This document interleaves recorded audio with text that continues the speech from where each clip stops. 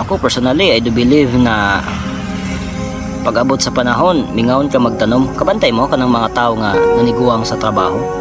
Isa sa ilang mga pinakadako nga retirement plan is farming, no, magtanom. Actually, dili pa man siya late, pero sultian ta mo, tiguang na ka magtanom-tanom, kana nga panahon, dili na kay ka capable. So, the perfect timing is karon, no? Karon, now. Mo ni imong perfect time nga magtanom samtang batan-on pa ka. Manaw ka mo, sultian ta mo. Padayon ta sa pagtanom mga bay. Mabuhay ang mga magsasaka.